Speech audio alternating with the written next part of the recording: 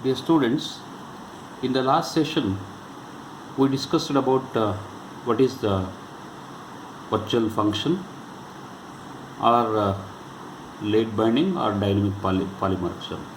So the decision of which overridden function to execute is taken during the runtime. So that's what that is called as runtime polymorphism. Since we are using the keyword called virtual, so that is called as virtual polymorphism, we told.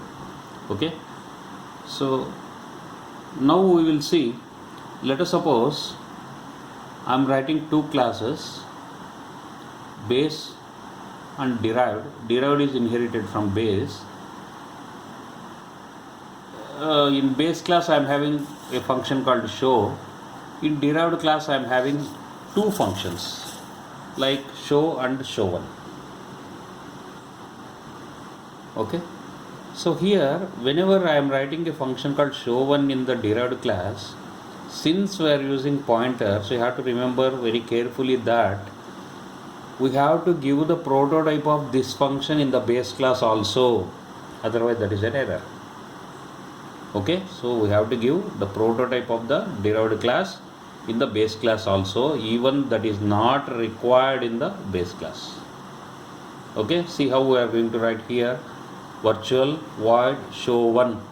Since I don't want anything in this particular base class, that is no definition for this, so simply we are going to say open the bracket, close the bracket. See here, open the bracket, close the bracket. Okay, don't write any body here.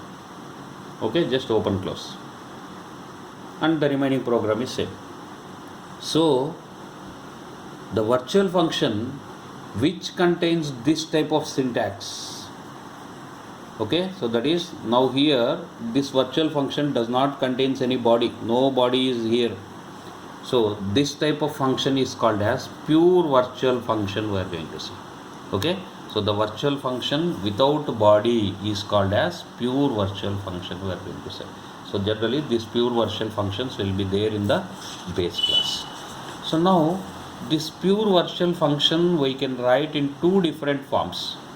The first form is, that is what we had written, virtual void show1, open the bracket, close the bracket, don't write anything. The second form is virtual void show1 equal to 0. This is another form. Okay, like this also you can write.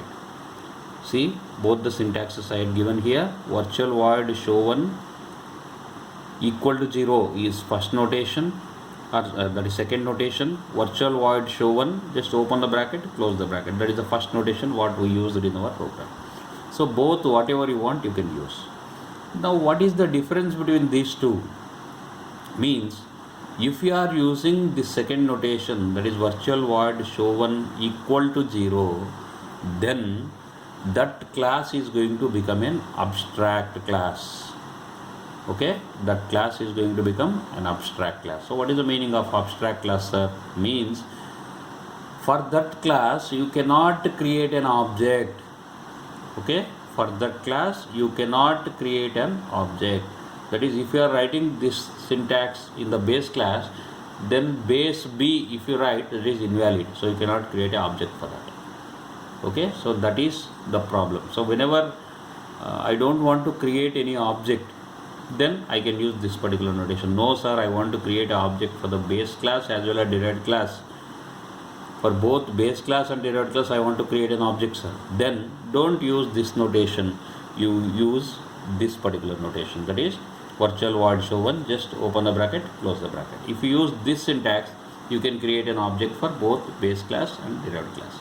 If you use the above notation, you cannot create an object for that particular class in which this function contains. So that class is called as abstract class, we are going to say. Now what is the definition of abstract class now? So the pure virtual function with equal to 0 notation is called as abstract class, or a class for which we cannot create an object. Okay, a class for which we cannot create an object is called as pure virtual function. Or you can give this definition also, a class which contains at least one pure virtual function with equal to 0 notation is called as abstract base class or abstract class we are going to say. Okay, so that is about this particular abstract class. So now we learnt about, in the previous session and in this session we learnt about what is dynamic binding, what is static binding. After that we learnt about what is dynamic binding, how we are going to put that particular notation, that is we are going to use the keyword called virtual here.